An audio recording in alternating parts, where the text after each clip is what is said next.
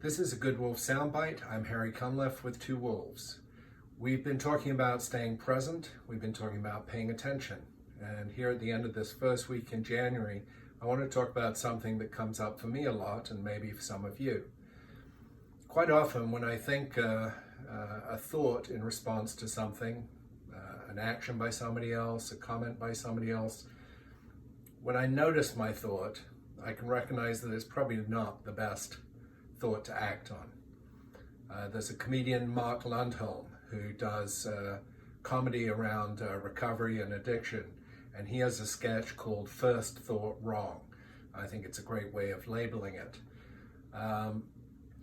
Quite often my first thought is coming from my own fears, insecurities, or wanting to get what I want, wanting not to lose something I have, wanting to be seen a certain way.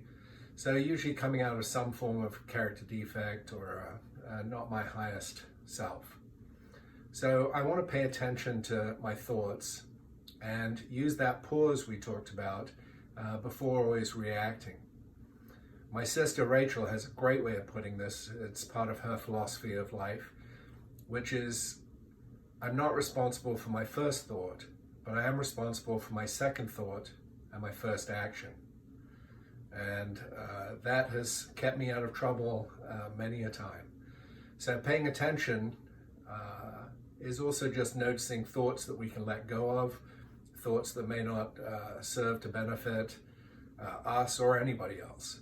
So today I'm practicing paying attention to my thoughts and just giving that little extra pause before speaking to make sure that what I'm doing, what comes out of my mouth, is really feeding the good wolf.